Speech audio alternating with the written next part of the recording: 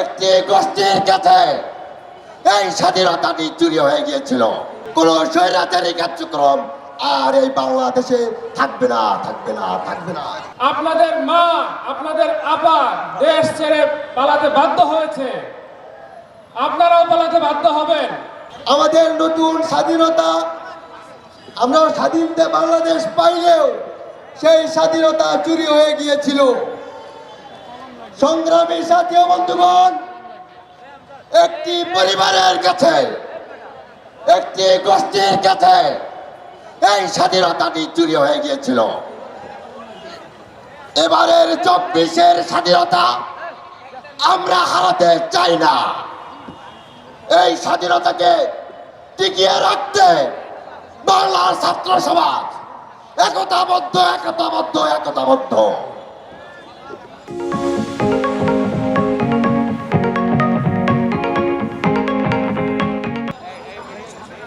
আবারও যদি কোনো গোষ্ঠী, আবারও যদি কোনো পরিবার আমাদের এই 24-এর গণ অভ্যুত্থানের মাধ্যমে যে স্বাধীনতা পেয়েছি, সেই স্বাধীনতাকে তারা নিজের করে নিতে চায়, আবারও রুখে দেওয়া হবে।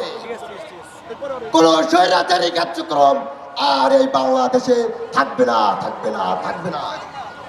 সংগ্রামী সাথী ও বন্ধুগণ, আমাদের যারা সহযোদ্ধা এখনো আহত আছে, আমরা দোয়া করব তারা যেন আবার সুস্থ হয়ে আমাদের মাঝে ফিরে আসে এবং আমরা আবারও একসাথে হাতে হাত ধরে লড়াই সংগ্রাম করে যেতে পারি।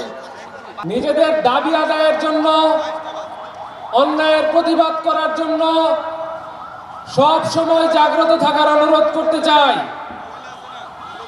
16 বছরের ফ্যাসিবাদী আচরণ আবার যাতে নতুন করে কেউ ধারণ করতে না পারে সেই অনুরোধ করতে চাই।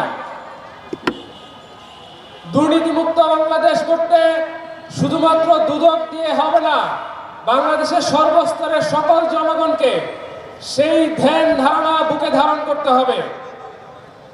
সর্বোপরি আওয়ামী ফ্যাসিবাদের দালালদেরকে সাবধান করে দিতে চাই, আপনারা সাবধান হন।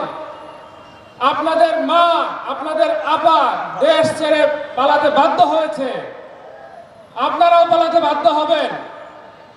তার আগে ছাত্রলীগ, নিষিদ্ধ সংগঠন এবং ফ্যাসিবাদী সংগঠন আওয়ামী লীগের দালালদেরকে বলে দিতে চাই, পুনর্বাসনের চিন্তা থেকে আপনারা সাবধান হন।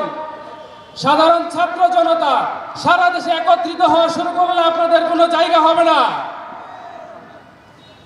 সর্বোপরি আমাদের সাধারণ ভাইদেরকে দুর্নীতিমুক্ত বাংলাদেশ গড়ার জন্য সবাই নিজেদের জায়গা থেকে সৎ